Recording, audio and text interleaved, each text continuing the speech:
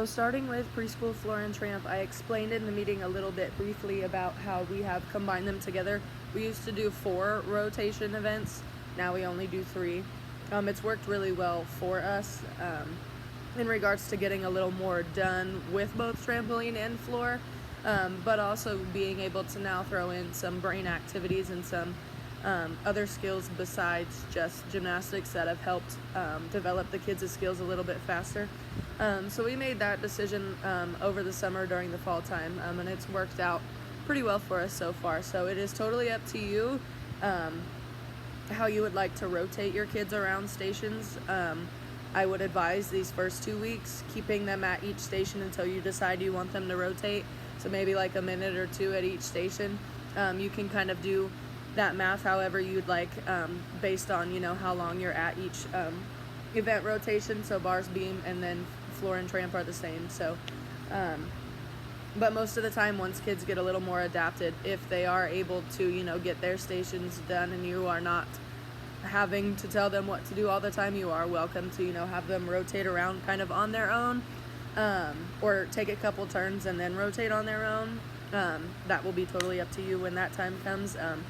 But just so you can get things under control these first 2 weeks before it would then get out of control, I would advise doing every kid at a station until you tell them to rotate. So on tumble track, yellow will be doing straight jumps down and then jump into the pit. Green is doing tuck jumps down and then jump into the pit. And red will be doing star jumps and jump into the pit. Then on the green trampoline behind me, this big one, everybody will be doing the same thing just because I think it's a good skill to have to refresh or learn if they're brand new. So stopping in SLP, everybody will do 5 jumps, and on their 5th one, they will stop in SLP. Doesn't matter what kind of jumps they do. They can jump on their bottom, they can spin jump, they can do whatever, as long as they stop in SLP on the 5th one. Making sure that they understand how to stop themselves safely when they're jumping on the trampoline.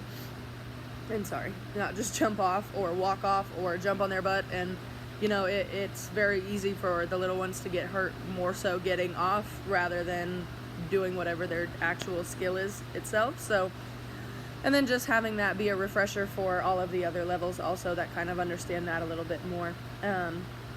Then on the blue trampoline here in the corner, so the bigger one, we also have the smaller one, but that will be totally different.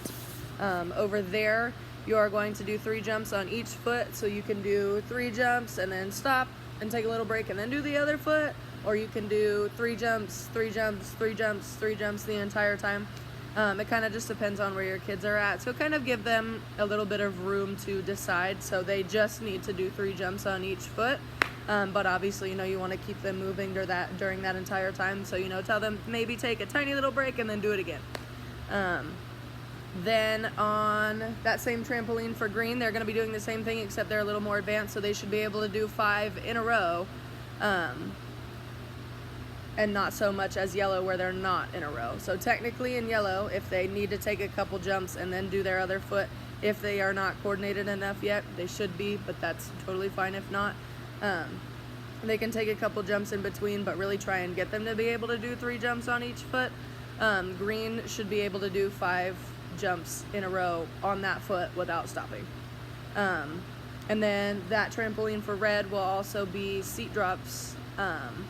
So jump a couple times, or they can just jump straight up one time and then land. They can take a couple tiny jumps and then go. Really try and encourage them to stand back up onto their feet if they can, but if not, totally okay. If they do bounce and stand up on their feet from their seat drop, please have them land in SLP. Then we're going to go over here to this small blue tramp where I will have to demonstrate. We're going to kind of work backwards. That way it's easier and I can just take the noodle out.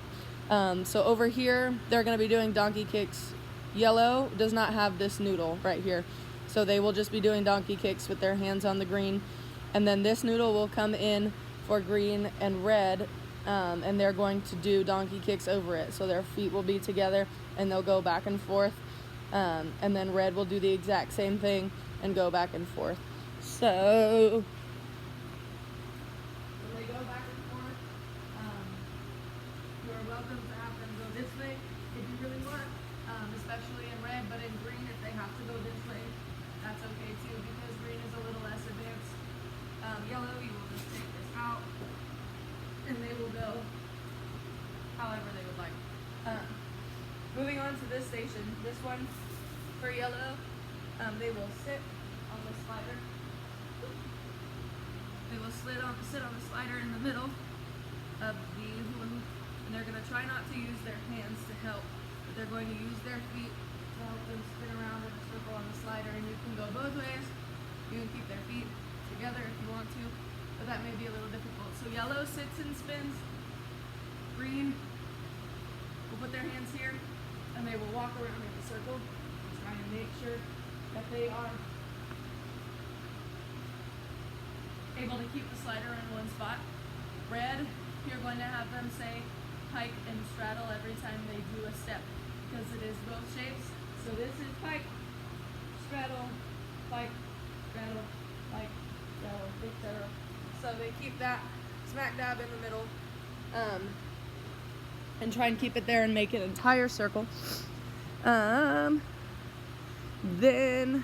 what else are we doing? Oh, over here we'll rotate this way. So right over here is where we're going to do our puzzle station. So yellow, you won't need these. These can go off to the side or under the tumble track if you feel they'll be a distraction. You'll take all of these out, or they can take all of these out, totally up to you. I'm only going to do 3 for sake of time.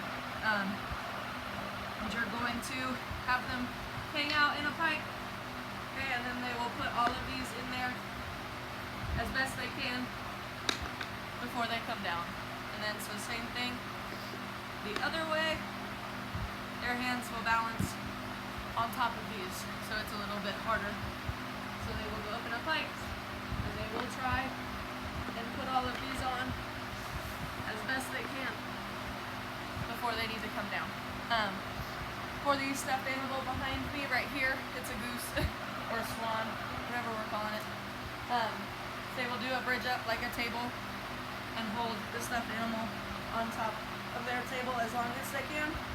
And then in green, you will help spot them during regular bridges. We have them lay down first, put their hands at their shoulders and push up all the way as high as they can go, and you will help support their back and their stomach as they push up. Hold it for the set amount of time. And red should be able to go ahead and do that on their own, and you should only be able to spot if necessary. So you really shouldn't have to worry about the reds doing bridges unless, of course, it looks wonky or you feel you want to give corrections. Totally up to you depending on what you see. So that is pretty much it for this first time. So we should have 1, 2, 3, 4, 5, 6, and then 7. If you do not have as many kids as there are stations, you are supposed to be doing all of the stations still. So unless it's like causing a distraction or things like that, really try and do all of the stations. Try and plan it out a little bit as you're coming out onto the floor. See how many kids you have that day. Kind of get in your head what you want to do. That way it's easier for you to explain to them how things are going to work and what you expect. Especially if there are fun stations like the tumble track. A lot of our kids do really enjoy the tumble track, and they want to go there first. So if there's ever, fights and stuff, or there's arguments, or there's tears and things like that, you can start to put tumble track, nobody starts on tumble track, or nobody starts on the green trampoline.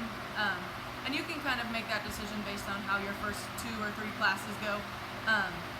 But just as a heads up, they really do like the tumble track, and they really do like the trampolines, and anything that really has to do with, them getting to play a little bit more so than try hard on something. So really try and make every station seem like it's fun, even though a puzzle is just a puzzle. Try and make it a challenge, see who can do it the fastest, so on and so forth. But that is all for floor as of this week and next week. And I believe that's it.